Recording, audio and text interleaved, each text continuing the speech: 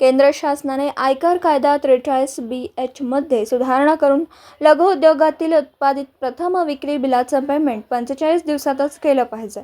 अन्यथा 45 दिवसांवरील देणे बाकी बिलावर आयकर आकारण्यात येईल असा कायदा केल्यापासून राज्यातील सर्व वस्त्रोद्योग साखळी प्रभावित झाली.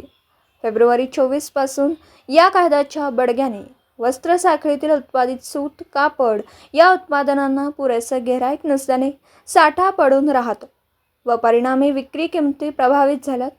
त्यातच जगाच्या बाजारपेठेतील कापूस दरापेक्षा आपल्याकडील कापूस प्रतिखंडी सुमारे 5,000 रुपयांनी महाग असल्याने कापूस, सूत व कापड निर्यात मोठ्या प्रमाणावर प्रभावित झाले. कापूस प्रतिखंडी 5,000 रुपये जास्त असल्याने आपल्या सुताची उत्पादन किंमत सुमारे 15 ते 20 रुपये किलो, तर कापड क्वालिटी निहाय 50 पैसे ते 2 रुपये प्रति मीटर महाग बसतात.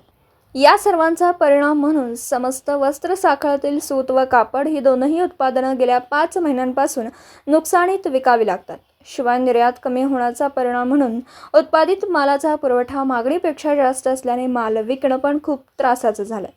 या सर्व परिस्थितीवर विचार करण्यासाठी आज विट्यातील यंत्रमागधारकांची एक बैठक विटा यंत्रमाग संघात संपन्न झाली.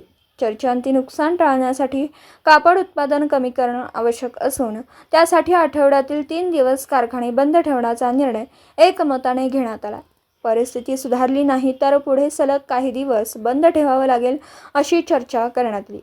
केंद्र शासनाने या परिस्थितीचा विचार करून आयकर कायदा 43B मधील दुरुस्ती त्वरित रद्द करणं व देशांतर्गत वस्त्र साखळीतील सूत व कापडाचं अतिरिक्त उत्पादन निर्यात होण्यासाठी निर्यात अनुदान व सध्या कापसावर असलेला 11% आयात कर कमी करण्यासारखा उपाययोजना तातडीने करून प्रचंड रोजगार निर्मितीची क्षमता असलेला तसेच केंद्र व राज्यास प्रचंड महसूल देणारा वस्त्रोद्योग वाचवणं आवश्यक आहे.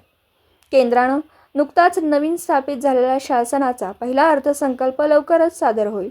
या अर्थसंकल्पामध्ये देशातील वस्त्र साखळी व रोजगार साखळी सुरक्षित करण्यासाठी वस्त्रोद्योग उत्पादनांसाठी निर्यात अनुदान, सूत व कापडावर आयात शुल्क यासारख्या काही भरीव आर्थिक तरतुदी कराव्यात अशी ही मागणी देशातील विविध वस्त्रोद्योग संघटनांनी केली. दिवसभरातील घडामोडींचा आढावा घेण्यासाठी पाहत रहा N24 मराठी न्यूज चॅनल.